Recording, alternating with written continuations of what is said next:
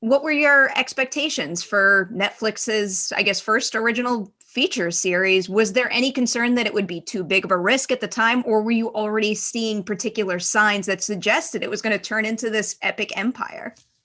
Yeah, I really didn't see epic empire in its future. I knew it was going to be a specialized style called David Fincher. And he's one of my favorites as a director, and just watching him work after seeing all of his movies for so many years and then getting to witness him on set. I learned so much from him, and I just trusted him. He said, trust me, this is going to be the new future. It's called streaming. And we are basically the founders of it with Netflix.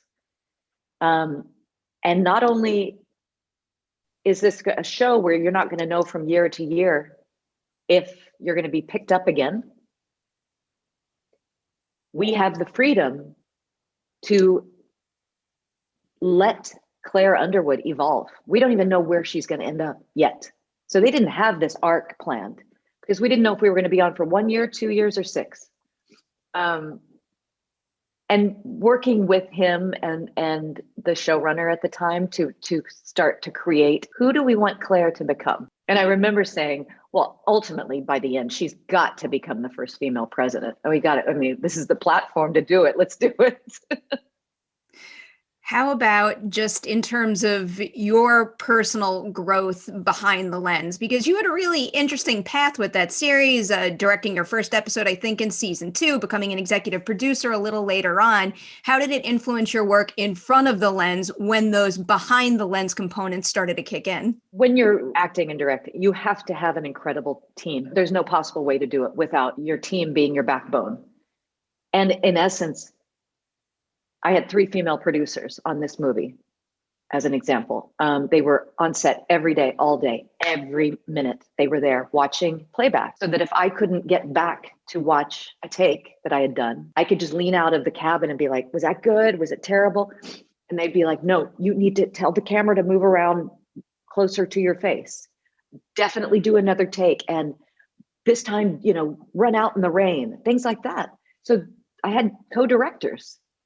And we had discussed the movie, the tone, who Edie was, who Edie and Miguel were to each other. We had discussed it for a year prior to starting principal photography.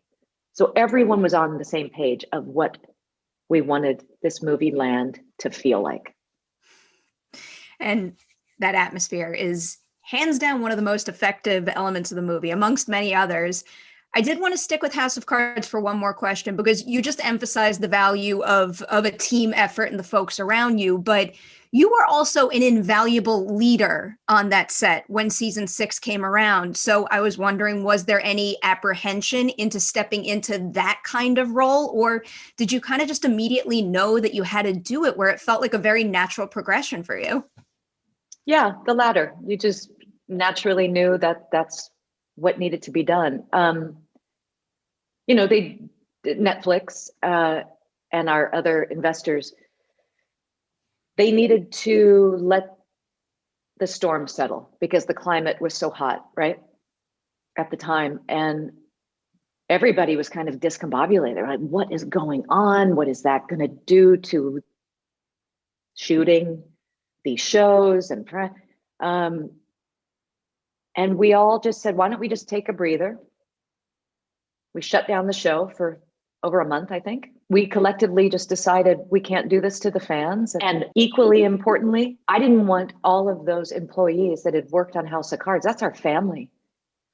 They have families to take care of and college educations to pay for and kids to feed. And, like anybody losing a job, I just no, we can't do that to them.